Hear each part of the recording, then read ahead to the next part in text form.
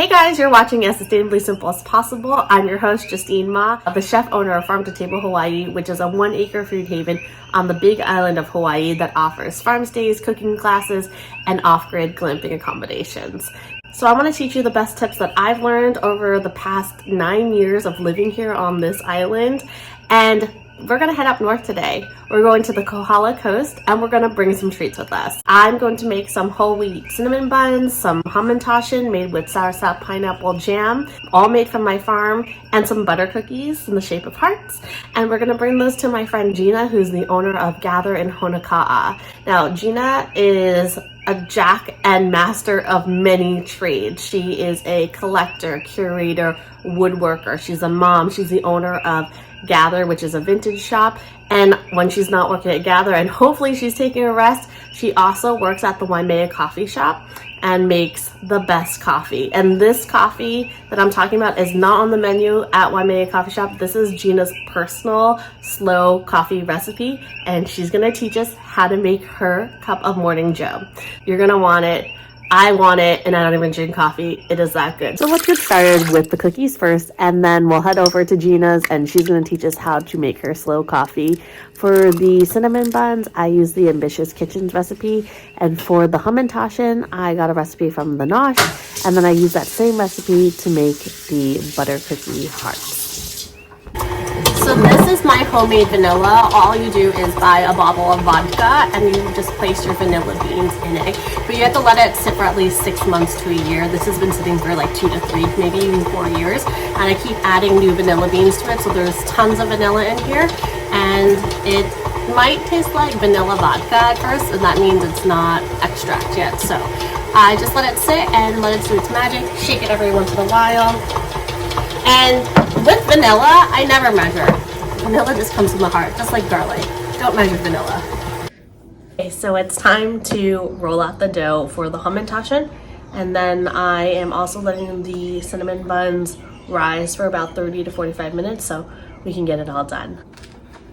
Here I've added the soursop pineapple jam I made for the hamantashen cookie, and the hamantashen is a triangle, so you pull up 2 sides, you pinch at the corner, and then you lift the bottom and you make 2 more corners, making a triangle. So it's super easy, but you have to work quickly because the dough is supposed to be cold, but it's getting warm as you use your hand and touch it. So if you need to add more jam, go for it and fill up the center. It is super yummy. You can use any jam you want. Some people use raspberry, apricot, even a poppy seed in the inside. So this is a traditional Jewish cookie. And I think we're ready to bake and head up to Gina's. So let's go.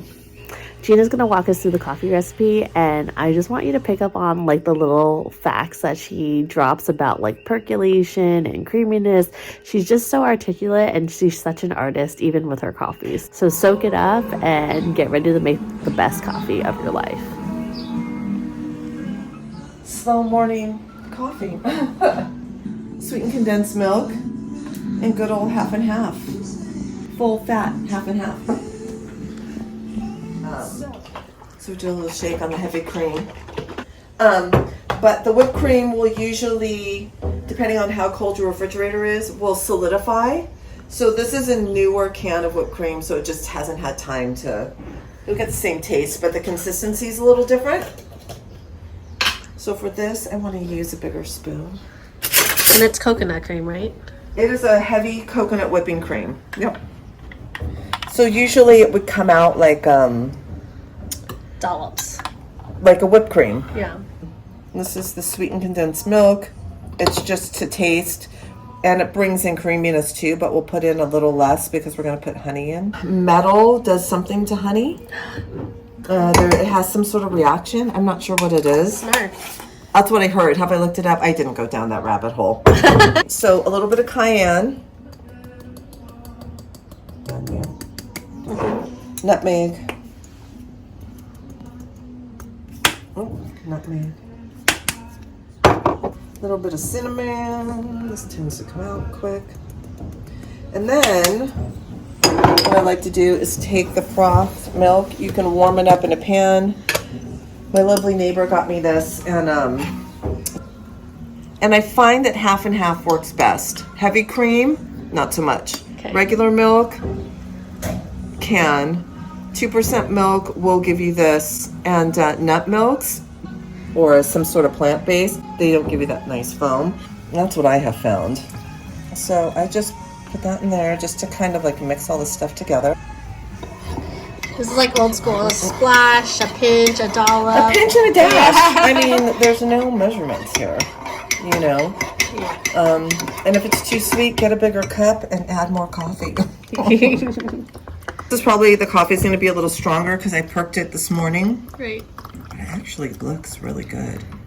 It's just more of a slow brew. There's something about it, the sound, the smell, the steam, everything that just kind of, it's very nostalgic for me.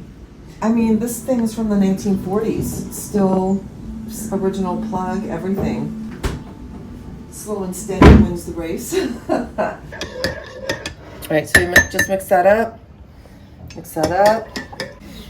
And then we're going to use this fantastic cream. We're going to finish off our... There you go. Thank you. That's You amazing. are so welcome. Hopefully, just as good as it was the last time you were here. It's perfect. Mm-hmm. It's pretty damn good.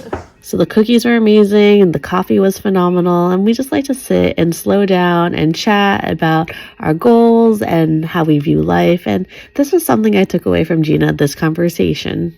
Coming into the shop or reaching out or reminding me that, you know, being at the shop, having a brick and mortar helps with their piece as well. So to all the entrepreneurs and artists out there, keep doing what you're doing, keep showing up, keep sharing your work. You are meant to be here for a reason, and I just love sharing this channel with you. So please follow Chef Justine Ma on YouTube, like, subscribe, and follow this series so that we can share more ASAP tips and introduce you to amazing small businesses, artists, and local ingredients. I'll see you next time on the ASAP series.